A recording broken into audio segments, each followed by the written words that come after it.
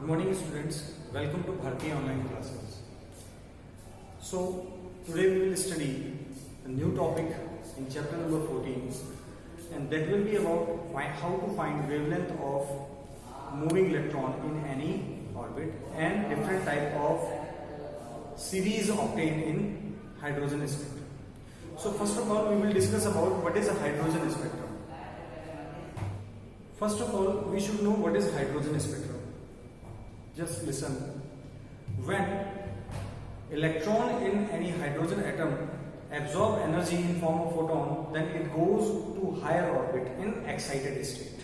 Okay. After some time, it will return to the ground state from higher state, and it will emit energy.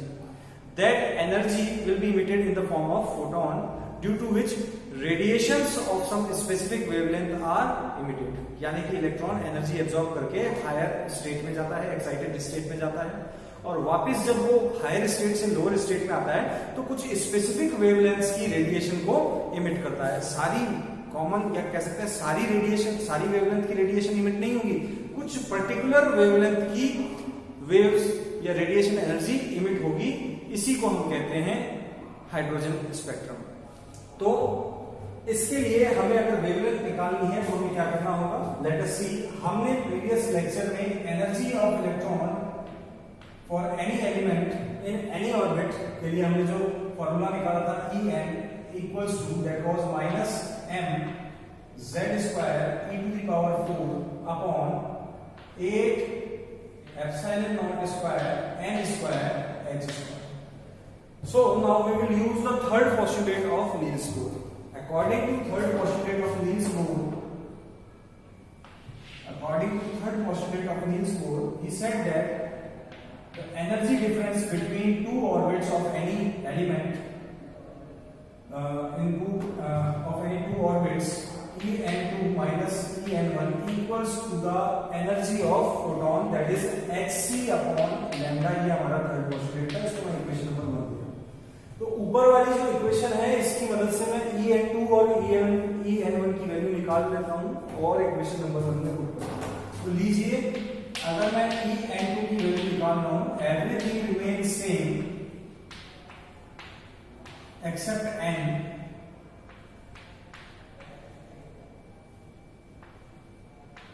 यहां पर n की जगह n1 to the square लिख देते हैं, equation number 2.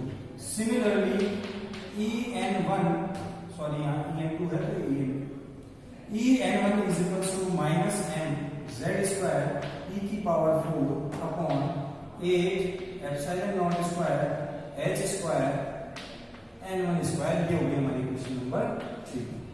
Now putting the value of En2 and En1 from equation 2 and 3 into equation 1, what we will get, let us see. मैं इस term को पहले ले रहा हूं, तो ये hc अपॉन लैम्डा मैंने पहले ले लिया, इज इक्वल्स टू En2 की वैल्यू पुट कर रहा हूं माइनस m z e की power 4 upon 8 epsilon not square h square n2 square minus En1 की वैल्यू पुट कर रहे हैं इक्वेशन नंबर 3 से. तो यहां से हो जाएगा ये minus m z square e to the power 4 upon 8 epsilon not square h square n1 square.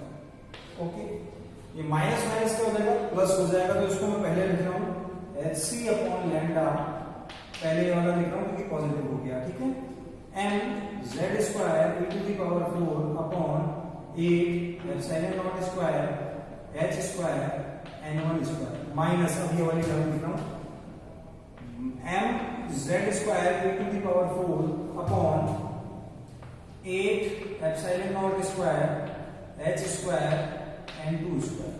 Clear. Now in equation में जो जो चीजें कॉमन आ रही है मैं उनको कॉमन ले लेता हूं. तो लीजिए hc upon lambda is equals to, देखिए m कॉमन आ रहा है, z स्क्वायर कॉमन आ रहा है और e की पावर 4 कॉमन आ गया. डिनोमिनेटर में 8 एप्सिलॉन नॉट स्क्वायर और h स्क्वायर कॉमन आ गया, and remaining is 1 upon n1 square minus 1 upon n2 square. Okay, मुझे वेवलेंथ निकालनी है तो मैं hc को ट्रांसफर कर देता हूं by cross multiplication. So I will get 1 upon lambda is equals to m z square e to the power 4 upon 8 epsilon not square h square पहले से था, एक h आ गया तो h cube into c, remaining will be 1 upon n1 square minus 1 upon n2 square. लीजिए wavelength का formula आ गया, लेकिन यहाँ पर बहुत सारे कांस्टेंट हैं जिनकी वैल्यूज डेसिमल में और माइनस पावर्स में हैं, तो ये कैलकुलेशन काफी टिपिकल हो जाएगी। तो इसको सिंपल बनाने के लिए नेक्स्ट स्टेप में हम देखते हैं, अगर मैं केवल z स्क्वायर को छोड़ दूं और बाकी m e की power 4 upon 8 epsilon not square h की पावर 3 इनटू c, और साथ में यहां पर हमारे पास है 1 upon n1 square minus 1 upon n2 square. Okay, now 1 upon lambda is equal to, I am writing r z square 1 upon n1 square minus 1 upon n2 square. This is our equation number 4 to find the value of wavelength for any element, है ना, coming from any orbit to another orbit. तो यहां पर ये जो r है, ये क्या चीज है जरा देखिए, इस r को कहते हैं Rydberg's कांस्टेंट, और ये हमने किसको माना है, यहां से कंपेयर करके बता सकते हैं कि ये Rydberg's कांस्टेंट है, ये इक्वल्स टू होता है m e की power 4 upon 8 epsilon not square h cube into c, और इसकी जो वैल्यू होती है वो होती है 1.099 into 10 to the power 7 second inverse, sorry metre inverse. देखिए, अगर आप इसकी डायमेंशन या यूनिट यहां से निकालने की कोशिश करेंगे इधर से, तो बहुत प्रॉब्लम होगी। आप यहां से इक्वेशन 4 से इसकी यूनिट निकाल सकते हैं। देखिए, z तो एक नंबर है, n1 n2 भी नंबर है, r is inversely proportional to wavelength, और वेवलेंथ एक लेंथ यानी कि डिस्टेंस होता है, तो डिस्टेंस की यूनिट होती है मीटर, तो Rydberg's कांस्टेंट की हो जाएगी मीटर इनवर्स। तो लीजिए स्टूडेंट्स, यहां से हमें लैम्डा का फॉर्मूला मिल गया।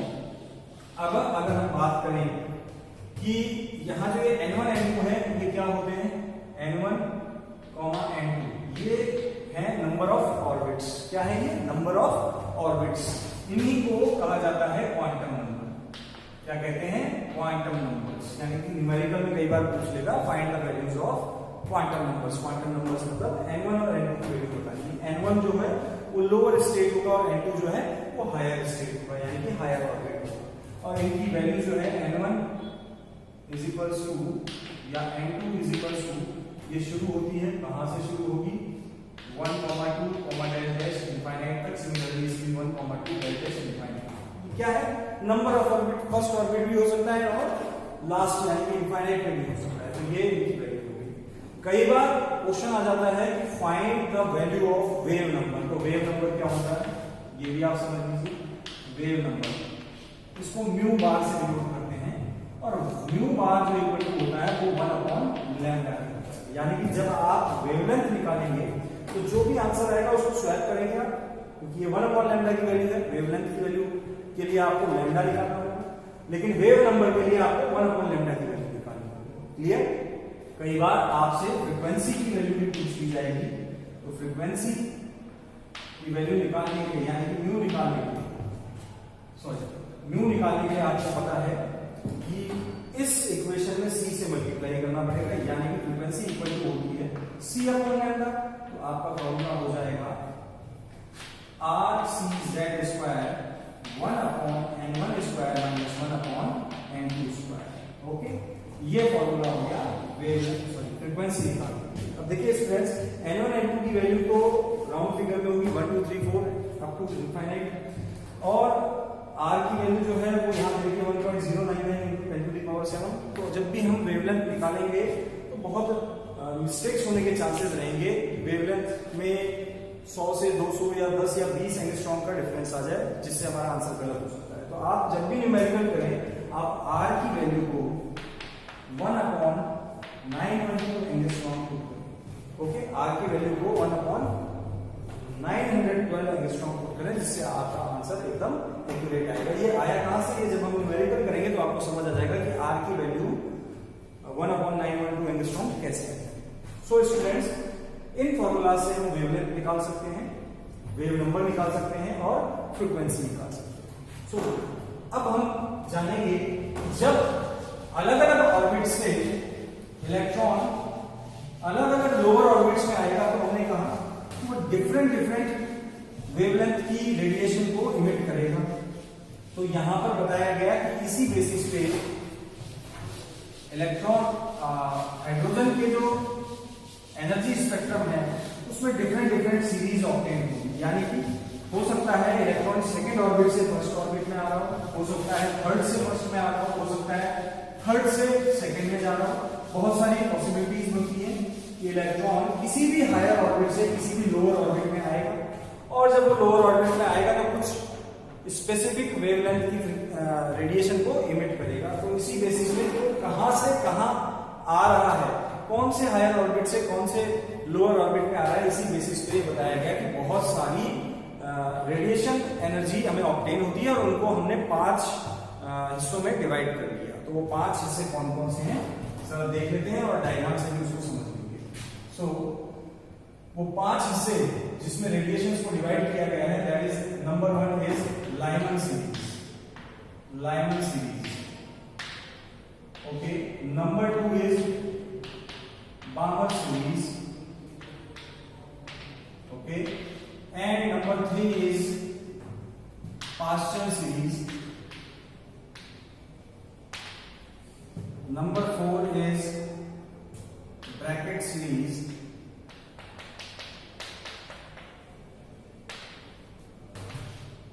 and the last one is Hund series.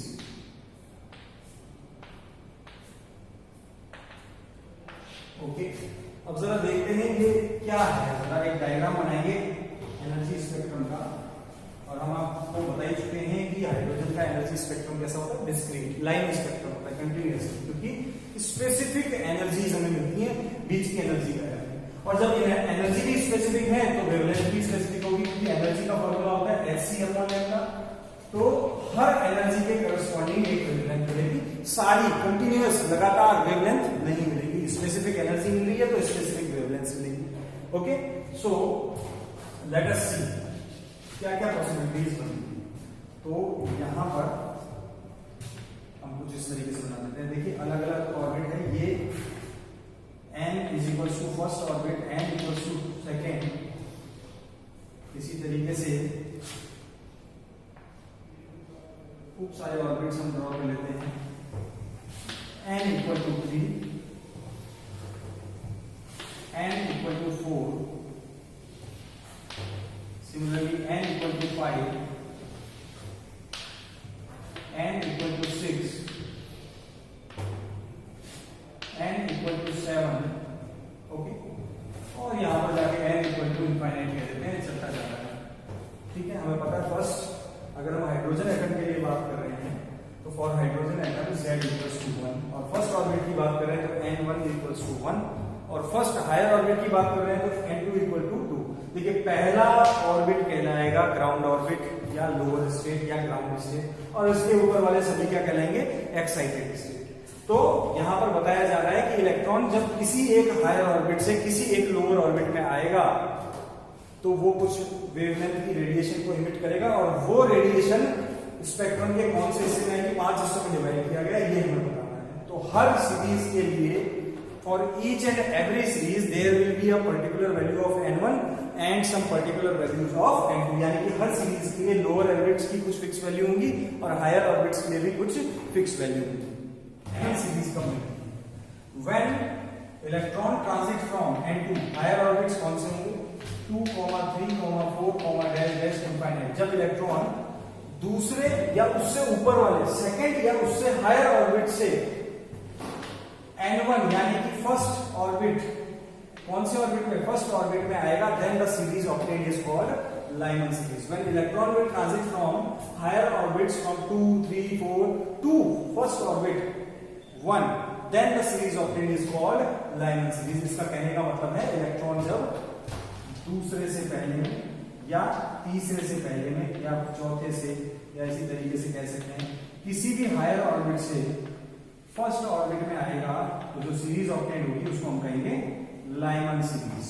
Okay, यानी कि n1 की वैल्यू फिक्स रहेगी, n2 की वैल्यू कुछ भी हो सकती है। क्लियर? सिमिलरली अगर हम बात करें बामर सीरीज के लिए तो बामर सीरीज में क्या हो जाएगा, when electron transit from any higher orbit 3, 4, 5, dash infinite to the ground orbit n1 equal to 2, then the series obtained is called बामर series. यानी कि इलेक्ट्रॉन जब n1 की फिक्स वैल्यू है कितनी, बामर के लिए 2, लाइमन के लिए 1। यहां पर कह रहे हैं कि इलेक्ट्रॉन किसी भी हायर ऑर्बिट पर, पहला हायर ऑर्बिट कौन सा होगा बामर के लिए, पहला हायर ऑर्बिट होगा 3, यानी कि 3 से 2 में या 4 से 2 में या 5 से 2 में या सिमिलरली 6 या 7 से 2 में आएगा, तो जो सीरीज ऑब्टेन होगी that is known as Balmer series. Okay, similarly अब आप समझ चुके होंगे, ऐसे ही सो ये चीजें बढ़ती जाएंगी। If the electron will transit from higher orbit n2 equal to 4, 5, 6, dash infinite to the lower orbit 3। जब तीसरे ऑर्बिट में इलेक्ट्रॉन कहीं से भी तीसरे ऑर्बिट में आएगा तो उस समय जो हमें सीरीज ऑब्टेन होगी स्पेक्ट्रम की नोन एज पास्टल सीरीज। यानी कि ये लीजिए इलेक्ट्रॉन 4 से 3 में, 5 से 3 में या 6 से या 7 से 3 में आएगा तो जो सीरीज मिलेगी that is Paschen series.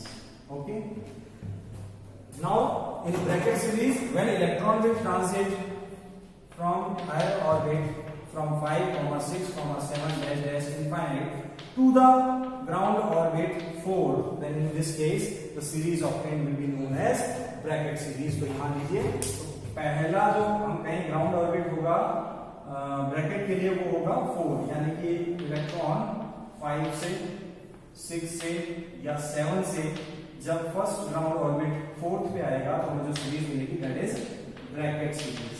Okay, similarly the last one when electron will transit from higher orbit n2 equals to 6, 7, dash infinite, किसी भी हायर ऑर्बिट 6 से स्टार्ट हो रहे हैं, जो पहला ऑर्बिट अगर 5 है तो इस कंडीशन में जो सीरीज ऑब्टेन होगी नोन एज फुल सीरीज। तो यहां से लीजिए इलेक्ट्रॉन 6 से 5 में आ रहा है या 7 से या फिर इनफाइनाइट से मान लीजिए, तो यहां हम कह देंगे ये जो सीरीज हमें अवेलेबल होगी दैट इज नोन एज फुल सीरीज। ओके, तो ये बिल्कुल सिंपल टॉपिक्स हमने पढ़े इन सीरीज के बारे में। अलग अलग पॉसिबिलिटीज हैं, इनफाइनाइट पॉसिबिलिटीज हैं, लेकिन इन्हीं पॉसिबिलिटीज को हमने 5 हिस्सों में डिवाइड कर दिया जिनके लिए कंडीशन देखी। तो क्वेश्चंस जब भी आएंगे n1 की वैल्यू सभी सीरीज के लिए फिक्स रहेंगी, जो हम देख सकते हैं लाइमन के लिए 1, बार्गर के लिए 2, पास्टल के लिए 3, ब्रैकेट के लिए 4 एंड उनके लिए 5। अब ये क्वेश्चन में पूछ सकता है find the wavelength for Lyman series for second excited state. तो देखिए लाइमन के लिए ग्राउंड स्टेट 1 है, तो फर्स्ट एक्साइटेड स्टेट कौन सा होगा 2, सेकंड होगा 3, थर्ड होगा 4। इसी तरीके से यहाँ पे पास्टल के थर्ड एक्साइटेड स्टेट के लिए आपको वेवलेंथ निकालनी है, तो n1 n2 की वैल्यू देखिए, फॉर्मूला क्या था हमारा, फॉर्मूला था 1/λ = rz 1/n1² - 1/n2²। ध्यान दीजिए यहाँ r की वैल्यू हम 1/9/2 रखेंगे, z की वैल्यू अगर हाइड्रोजन है तो 1 रखेंगे, n1 n2 की वैल्यू अगर मिल जाए तो मेरे पास लैम्डा की वैल्यू भी आ जाएगी। तो मान लीजिए third excited state of pastel कह रहा है, तो लीजिए पास्टल के n1 की वैल्यू तो फिक्स है जो कि 3 होगी, थर्ड एक्साइटेड स्टेट के लिए n2 की वैल्यू क्या होगी, let us check. First excited state is 4, then second will be 5 and third will be 6। तो सिंपली इस फॉर्मूलाज में इन सीरीज के क्वांटम नंबर के बेसिस पे हम किसी भी ट्रांजिशन के लिए वेवलेंथ की वैल्यू को कैलकुलेट कर सकते हैं। Now these 5 series are also divided in different parts of spectrum. भाई स्पेक्ट्रम में अल्ट्रावायलेट पार्ट, अल्ट्रावायलेट रीजन भी होता है, विजिबल रीजन भी होता है, इंफ्रारेड रीजन भी होता है, और इसी तरीके से बहुत सारे रीजन होते हैं। तो ये पांचों कौन कौन से हिस्से में आते हैं वो भी हम जान लेते हैं। तो मान लीजिए अगर यहाँ पर एक पैटर्न हमें मिल रहा है और उस पैटर्न में मैं 5 सीरीज बना दूं, ये लीजिए यहाँ अगर मान लीजिए लाइमन है, यहाँ बामर है, यहाँ पास्टल है, इधर ब्रैकेट को अगर मैं शो कर रहा हूँ और इधर फुल को शो कर रहा हूँ, ये बताया गया है कि Lyman is found in ultraviolet region of spectrum. Okay, ultraviolet region of spectrum. और अगर बामर की बात करें तो बामर जो है वो विजिबल रीजन ऑफ स्पेक्ट्रम में आता है। देखिए वेवलेंथ के हिसाब से कि कितनी वेवलेंथ है हम डिवाइड करते हैं यूवी, तो ओके, विजिबल एंड अल्ट्रावायलेट या इंफ्रारेड। तो उसी हिसाब से बताया गया कि लाइनर तो अल्ट्रावायलेट रीजन में आता है, बाहर विजिबल रीजन में आता है, रेस्ट ऑफ द थ्री जो है ये इंफ्रारेड रीजन में आते हैं। So dear students, today we studied about the energy spectrum of hydrogen atom and we studied 5 different series of hydrogen spectrum and लगभग ये चैप्टर कंप्लीट होने के पॉइंट पर है। तो आई hope you will practice this chapter, very interesting chapter, very easy and scoring chapter. Otherwise, if you have any doubt and queries, you can go to your chat and doubt option in mobile app and ask any query. Okay? And one more thing, इस 6th of September को आपका एक monthly test होने जा रहा है। आपके पास chat में भी इंफॉर्मेशन आ गई होगी by chat option, by notification. मैं आपको बता दूं कि आपका जो 6 सितंबर को टेस्ट फिजिक्स का होगा, उसमें आपके जो टॉपिक्स होंगे that will be topic related to lens and Gauss law and its application. यानी कि फर्स्ट बुक में तो Gauss law and its application और सेकंड बुक में चैप्टर नंबर 11 रे ऑप्टिक्स में लेंस से रिलेटेड जितने भी टॉपिक हैं, जैसे कि रिफ्रैक्शन थ्रू लेंस या फिर प्रिज्म या फिर डिस्पर्जन, स्कैटरिंग, ये जितनी भी चीजें लेंस या प्रिज्म से हो रही हैं वो आपके टेस्ट में आएगा। 1 आवर का आपका टेस्ट होगा 20 मार्क्स का। So I hope you will prepare for the test. Till then, thank you very much, have a nice day.